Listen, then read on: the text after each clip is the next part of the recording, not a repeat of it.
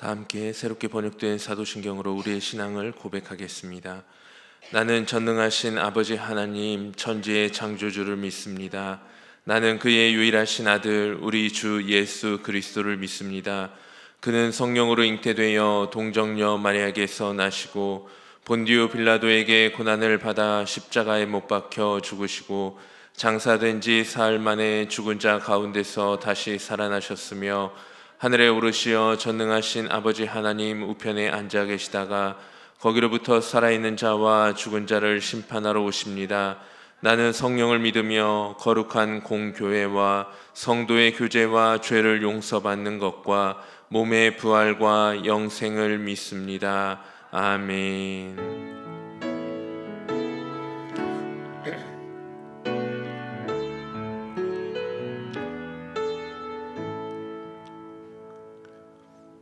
다 함께 찬송 212장을 찬양하겠습니다. 찬송 212장을 찬송하신 후에 오세라 권사님 우리를 대표해 기도해 주시겠습니다.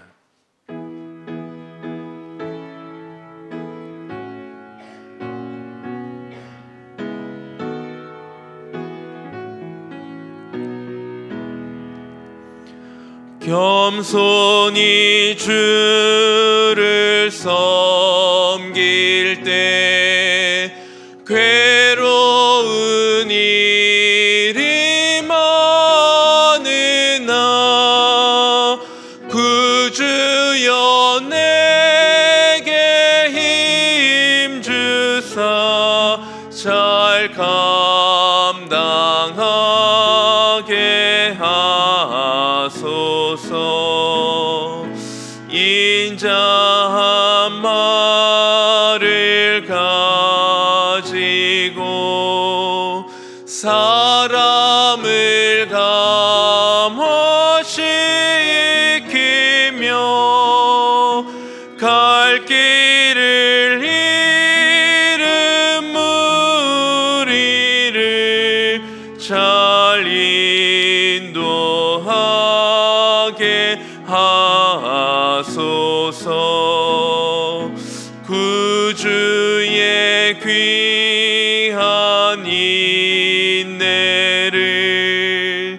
깨달아 알게 하시고 굳건한 믿음 주셔서 늘 승리하게 하소서. 장래의 영광 비추사 소망이 되게 하시며 구주와 함께 살면서 참 평강 얻게 하소서.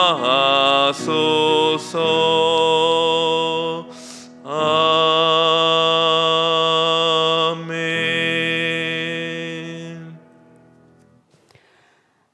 사랑과 은혜가 충만하신 아버지 하나님 감사합니다.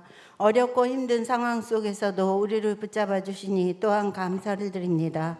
어느 누구도 상상하지 못했던 시간들이 아무 일도 아닌 듯 금방 지나갈 거란 시간들이 이스라엘 백성들이 광야에서 헤매듯 1년이 지나고 또 새해를 맞이합니다. 희망찬 새해를 맞이했음에도 희망을 갖지 못하고 답답함과 두려움으로 시작을 합니다.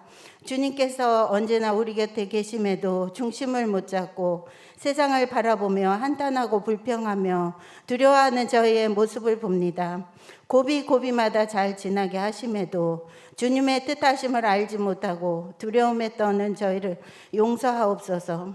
바리새인처럼 열심을 자랑한 것이 주님을 만난 것이 아니라 사람을 보며 그 마음에 들기 위해 열심을 다한 건 아닌지 되돌아보게 하시고 혼란스러운 이 시대를 살아가며 주님의 음성에 예민하게 귀 기울이게 하시옵소서. 경제적인 어려움에서 오는 두려움, 코로나로 인한 두려움보다도 어쩌면 주님을 잊을 수도 있겠다는 또 다른 큰 두려움을 고백합니다. 육신의 편안함으로 주님을 향한 마음이 흔들리지 않도록 붙잡아 주시옵소서. 주님의 손을 놓으려고 해도 주님께서 인치하심에 절대로 포기하지 않으시는 주님의 사랑을 알게 하시고, 고난 뒤에 주님께서 더 큰 축복 주심을 믿고 힘을 얻는 저희가 되게 하옵소서. 지금 이 때를 추억하며 주님께서 이루심을 간증하는 때가 꼭 올 줄 믿습니다. 속히 회복되게 하옵소서. 환난 가운데 과관련 센터가 마무리 작업을 합니다. 마지막까지 눈동자같이 지켜주시고 무에서 유를 창조하신 교회 성전처럼 오직 주님께서 역사하심을 보게 하옵소서. 보이는 겉모습이 전부가 아닌 유구한 역사만큼이나 우리의 모습도 주님의 겸손을 닮아가게 하옵소서. 잠시 세상의 비난과 도를 맞을지라도 주님께서 십자가를 지심에 다 이루었다 하신 같이 주님 손 꼭 붙잡고 끝까지 포기하지 않게 하옵소서. 주님의 귀한 종 사자 목사님 기억하셔서 더욱 강건케 하시며 어떠한 시련과 핍박에도 꿋꿋이 버티며 이겨내실 수 있도록 힘과 은총을 베풀어 주시옵소서. 이 시간 또 말씀을 들고 서신 목사님 성령 충만케 하시며 말씀을 듣는 저희는 깨닫는 은혜의 시간이 되게 하옵소서. 시종을 주님께 맡기오며 거룩하신 예수님의 이름으로 기도드리옵나이다. 아멘.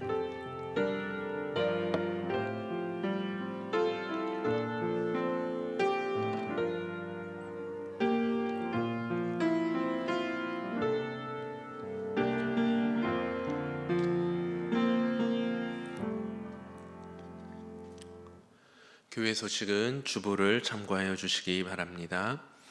오늘 하나님께서 우리에게 주신 말씀 야고보서 2장 1절에서 7절까지의 말씀입니다.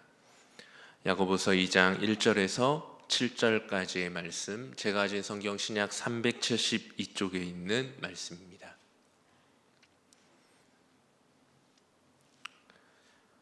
야고보서 2장 1절에서 7절까지의 말씀, 우리 한 절씩 교독하여 읽도록 하겠습니다. 제가 먼저 1절의 말씀 읽습니다. 내 형제들아, 영광의 주 곧 우리 주 예수 그리스도에 대한 믿음을 너희가 가졌으니 사람을 차별하여 대하지 말라.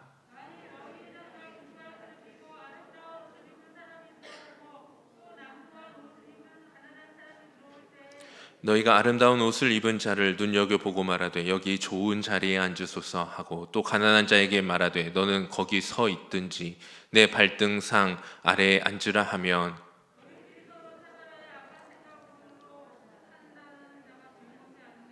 내 사랑하는 형제들아, 들을지어다. 하나님이 세상에서 가난한 자를 택하사 믿음에 부유하게 하시고 또 자기를 사랑하는 자들에게 약속하신 나라를 상속으로 받게 하지 아니하셨느냐.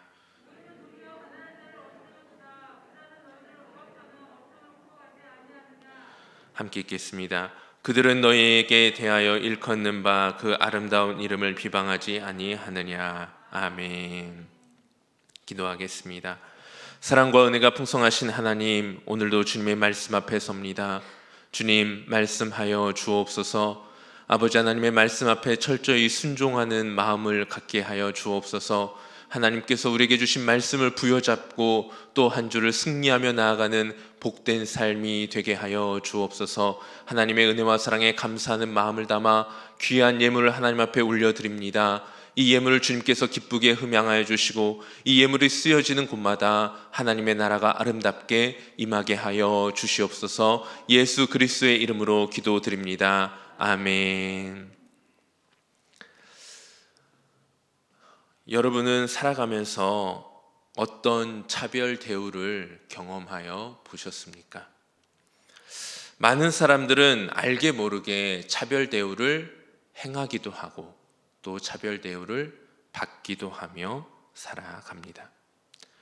남녀의 차별, 빈부의 차별, 인종의 차별, 지역의 차별, 이루 헤아릴 수 없는 수많은 차별 행위들이 우리의 삶 구석구석에 자리 잡혀 있습니다.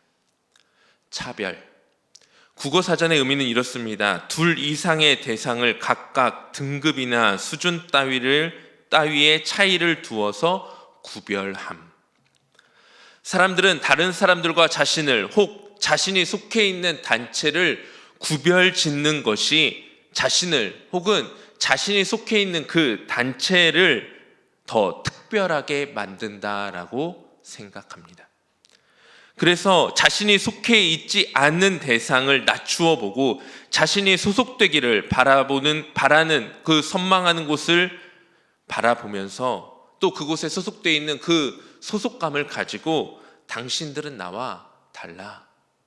내가 소속해 있는 곳은 당신이 소속해 있는 곳과 달라 라고 생각하면서 자신의 위치를 더욱 드높이려는 어리석은 교만함에 빠지게 됩니다. 그리고 이러한 모습은 비단 현재를 살아가는 우리의 모습뿐 아니라 무려 2000년 전 오늘 우리가 함께 나누고 있는 야고보 사도가 자신의 편지를 기록하고 있던 그때에도 존재했던 상황입니다.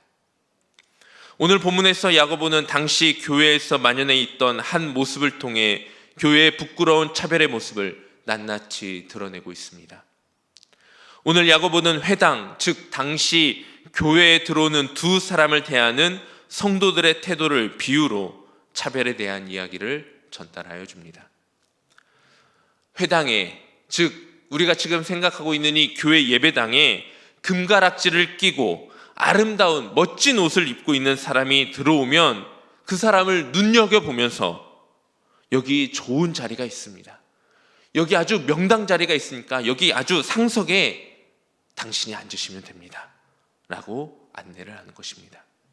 그런데 남루하고 가난해 보이는 볼품없어 보이는 사람이 들어오면 너는 거기 서 있던지 말던지 아무 자리에 앉던지 말던지 아니 내 발등상 밑에 앉아서 예배를 드리던지 말던지 너 알아서 해라 라고 내팽개쳐 놓는 것입니다.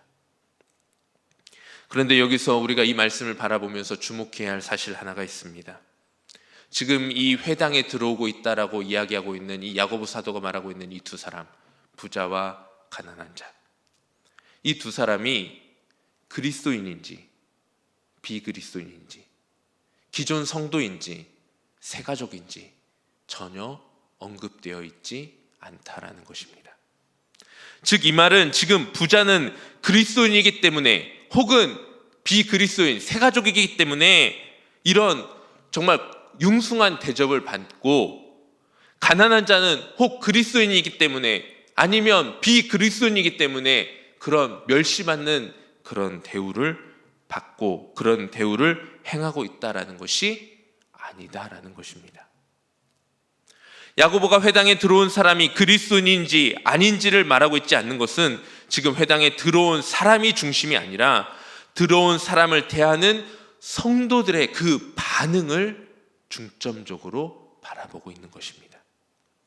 쉽게 말해 돈 있는 부자에게는 굽신거리며 온갖 아부를 다하고 돈 없는 가난한 이에게는 매정하고도 무관심한 태도로 보이는 성도들의 이중적인 태도를 꼬집어 말하고 있는 것입니다.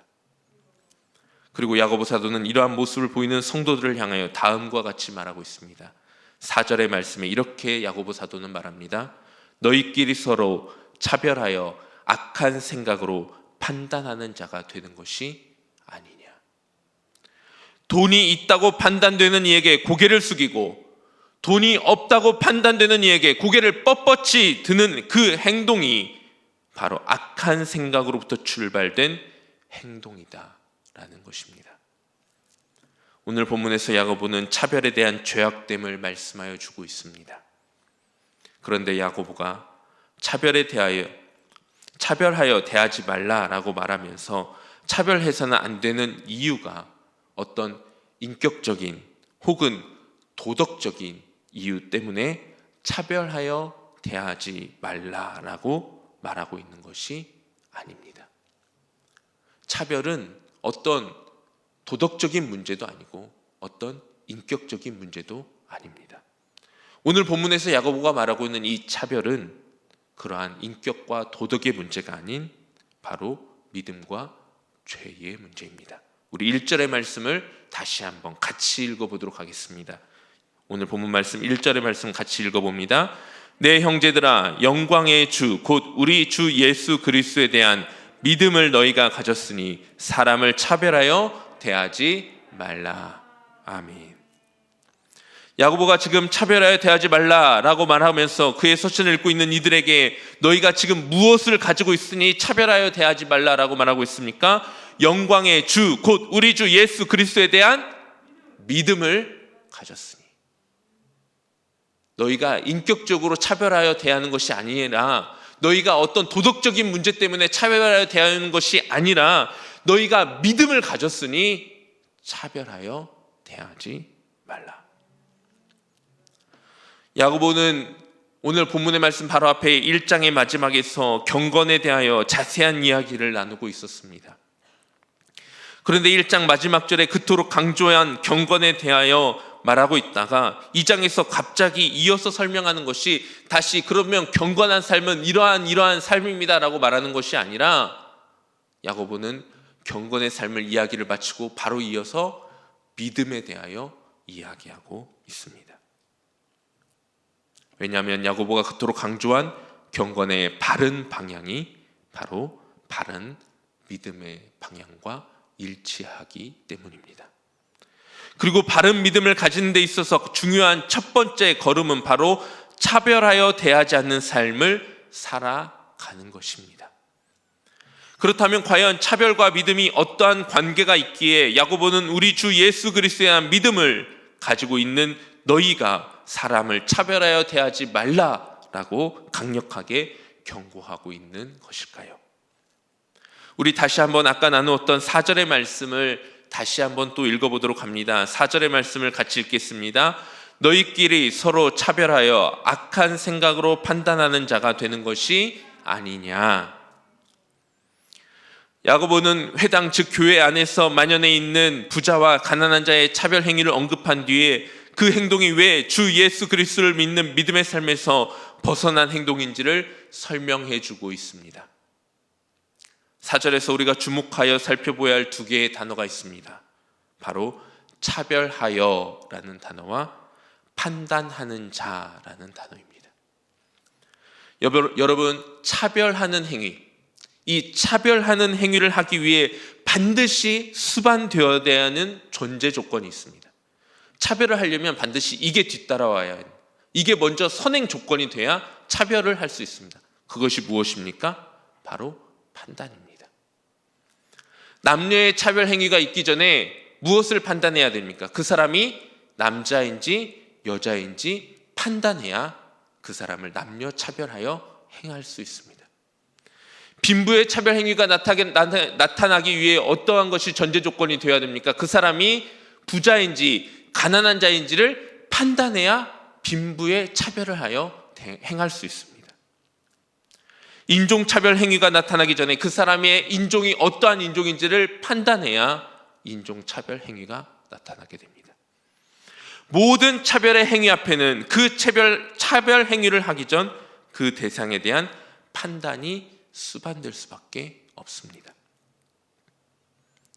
야고보가 지금 그의 서신을 읽고 있는 이들에게 너희가 믿음을 가진 자라면, 너희가 주 예수 그리스도를 믿는 그리스도인이라면 차별하는 행위, 즉 누군가를 판단하는 행위를 하지 말라라고 말씀하고 있는 것입니다. 왜냐하면 차별, 판단의 문제는 바로 우리 믿음의 문제이며 죄의 문제이기 때문입니다. 그렇다면 왜 차별과 판단이 믿음의 문제이고 죄의 문제가 되는 것일까요? 첫째로 판단이 믿음과 죄의 문제가 되는 이유는 우리의 판단이 온전한 판단이 될 수 없기에 이 판단이 죄의 문제가 되는 것입니다. 로마서 2장 1절의 말씀을 우리 한번 다시 찾아서 읽어보도록 하겠습니다. 신약 241쪽에 있는 말씀입니다. 신약 241쪽에 있는 로마서 2장 1절의 말씀입니다.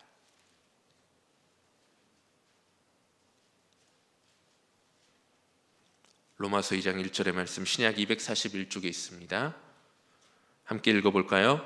그러므로 남을 판단하는 사람아, 누구를 막론하고 내가 핑계하지 못할 것은 남을 판단하는 것으로 내가 너를 정죄함이니 판단하는 내가 같은 일을 행함이니라.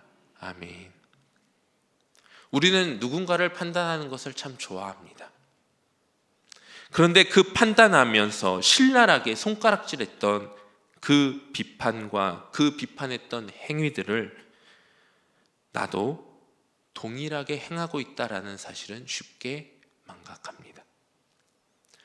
우리 속담에 똥 묻은 개가 겨 묻은 게 뭐라고 한다라고 하는 이야기가 있습니다.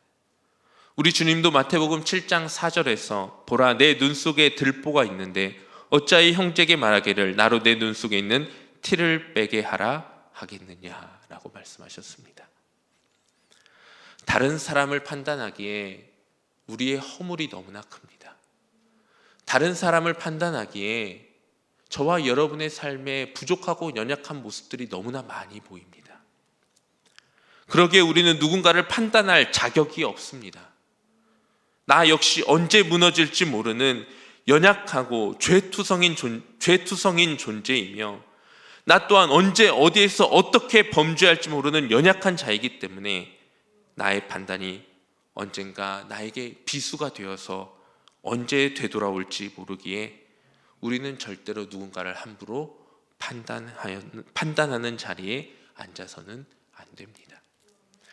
두 번째로 판단이 믿음과 죄의 문제가 되는 이유는 이 세상에서 누군가를 판단할 수 있는 그 자리에 앉아있는 유일한 분이 바로 하나님이시기 때문입니다. 이 땅의 완전하신 재판장은 오직 하나님 한 분뿐입니다. 오직 하나님만이 인생을 판단하시고 그 인생의 상과 벌을 내릴 수 있는 유일한 재판관이십니다. 그런데 우리의 마음속에 일어나는 누군가를 판단하는 일은 바로 이 하나님의 심판자의 자리를 넘보려는 매우 무서운 일이다라는 사실입니다. 우리 인류의 죄가 어떻게 시작되었는지 아십니까? 우리 인류의 죄가 어떻게 시작되었는지 창세기 3장에 기록이 되어져 있습니다. 창세기 3장 5절의 말씀을 우리 한번 찾아보겠습니다. 창세기 3장 5절 성경책 맨 앞쪽 구약 4페이지에 나와 있습니다. 창세기 3장 5절 말씀 같이 한번 읽어볼까요? 너희가 그것을 먹는 날에는 너희 눈이 밝아져 하나님과 같이 되어 선악을 알 줄 하나님이 아심이니라. 아멘. 창세기 3장 인류의 죄의 뿌리가 기록되어져 있는 이 말씀 가운데 3장 5절에 너희가 그것을 먹는 날, 그것이 무엇일까요? 선악과입니다. 선악과를 먹는 날에는 너희의 눈이 밝아져 누구 같이 된다고 말합니까? 하나님과 같이. 뱀이 하와에게 찾아와 하나님께서 동산 안의 모든 나무의 열매를 먹지 말라 하시더냐라고 물어보면서 3장이 시작됩니다. 그러자 하와가 뱀에게 말합니다. 동산 나무의 열매를 우리가 먹을 수 있으나 동산 중앙에 있는 나무의 열매는 하나님의 말씀에 너희는 먹지도 말고 만지지도 말라 너희가 죽을까 하노라 하셨느니라 라고 말하고 있습니다. 이미 여기에서부터 죄의 오류는 시작되었습니다. 하나님의 말씀이 왜곡된 겁니다. 왜냐하면 하나님은 2장 17절에 분명히 선악을 알게 하는 나무의 열매는 먹지 말라 내가 먹는 날에는 반드시 죽으리라 라고 말했습니다. 여하튼 여자의 이러한 답변에 뱀이 여자에게 하는 말이 우리가 읽었던 5절의 말씀입니다. 그것을 먹는 날에 너희 눈이 밝아져 하나님과 같이 되어서. 근데 이 말을 한 뒤에 하와의 반응이 매우 무섭습니다. 6절의 말씀을 한번 볼까요? 제가 읽어드리겠습니다. 여자가 그 나무를 본즉 먹음직도 하고 보암직도 하고 지혜롭게 할 만큼 탐스럽기도 한 나무인지라 여자가 그 열매를 따먹고 자기와 함께 있는 남편에게도 주매 그도 먹은지라. 하와가 이 선악과를 바라보면서 죽을까 하노라 하면서 두려운 마음으로 보았다가 무슨 말을 듣고 그것이 보암직도 하고 지혜롭게 할 만큼 탐스럽기도 하고 먹음직도 하셨습니까? 하나님과 같이 될 수 있다. 네가 이것을 먹으면 하나님처럼 될 수 있다. 하나님의 자리에 올라갈 수 있다. 이 말 한마디에 죽을까 하노라 했던 그 두려운 마음이 먹고 싶고 보암직도 하고 심지어 그것을 따서 실제로 먹기까지 한 그 죄악의 길로 가게 된 것입니다.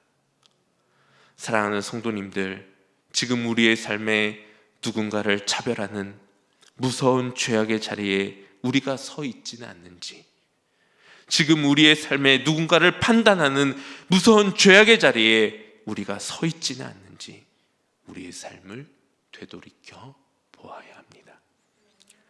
우리는 하나님의 피조물입니다. 우리가 있어야 할 자리가 분명히 있습니다.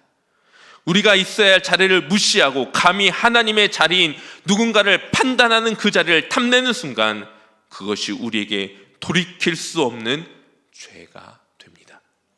그리고 이 죄가 우리 안에 들어오는 순간 우리는 우리가 있어야 할 바른 자리를 일탈하게 되고 감히 용서받을 수 없는 하나님의 자리를 탐하는 크나큰 죄악에 빠져들게 된다라는 사실을 우리는 기억해야 합니다.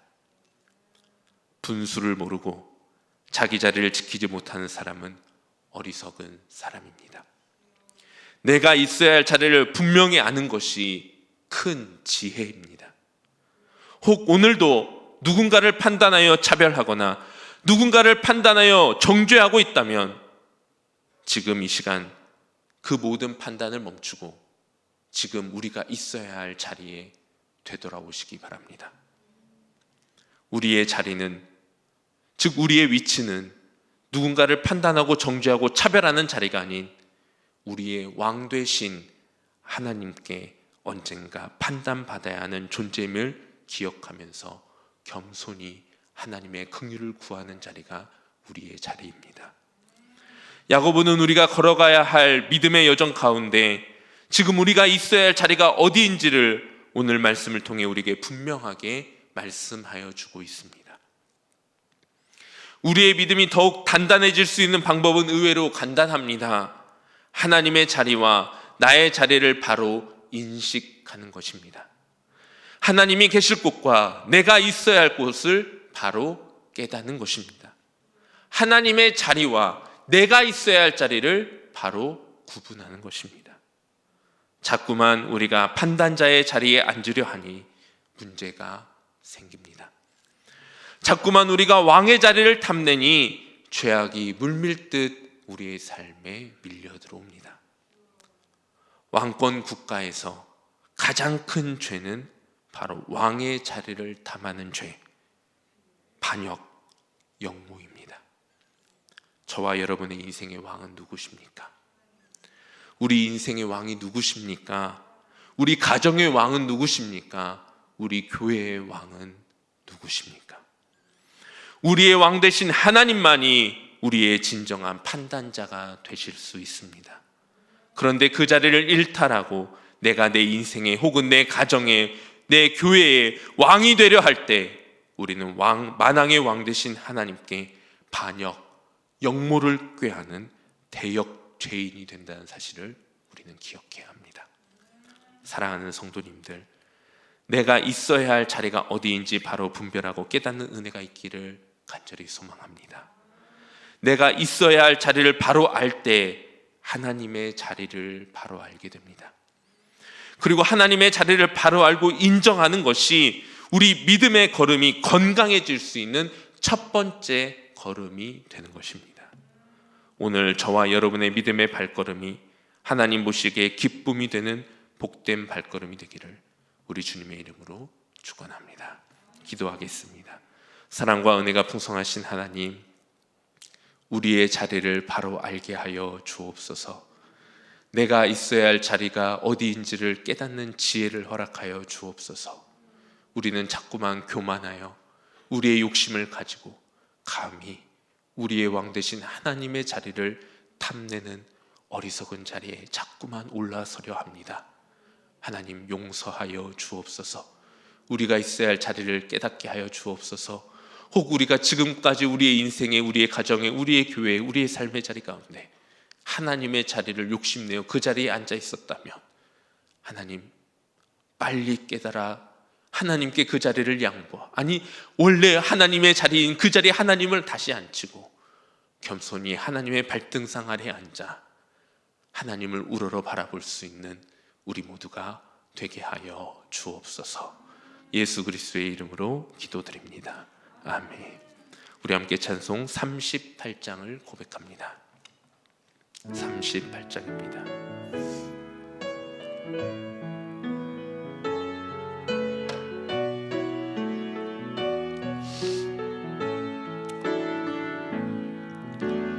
예수 우리 왕이여 이곳에 오셔서 우리가 왕께 드리는 영광을 받아 주소서. 우리는 주님의 백성, 주님은 우리 왕이라.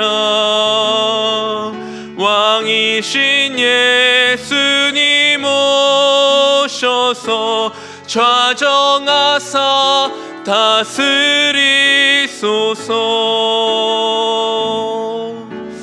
예수 우리 주시여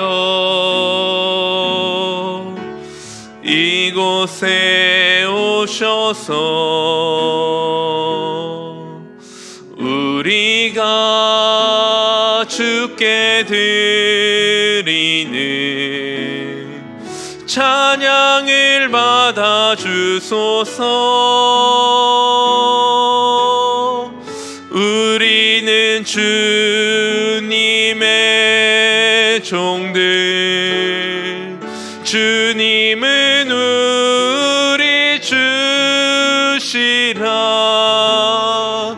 주 대신 예수님 오셔서 이 찬양을 받아 주소서. 우리 1절만 한 번 더 고백하겠습니다.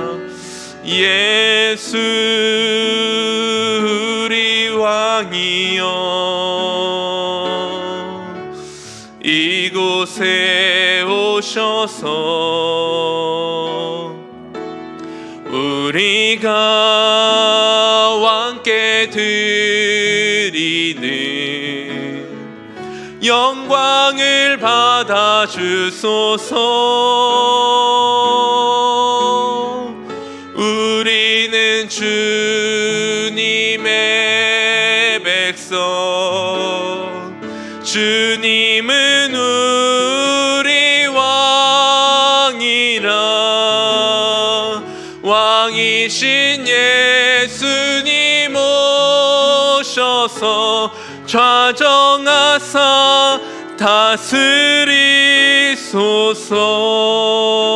다스리소서. 우리 주님께서 가르쳐주신 기도로 수요 예배를 마칩니다. 하늘에 계신 우리 아버지여, 이름이 거룩히 여김을 받으시오며 나라의 마옵시며 뜻이 하늘에서 이룬 것 같이 땅에서도 이루어지이다. 오늘날 우리에게 일용할 양식을 주옵시고 우리가 우리에게 죄 지은 자를 사하여 준 것 같이 우리의 죄를 사하여 주옵시고 우리를 시험에 들게 하지 마옵시고 다만 악에서 구하옵소서. 대개 나라와 권세와 영광이 아버지께 영원히 있사옵나이다. 아멘.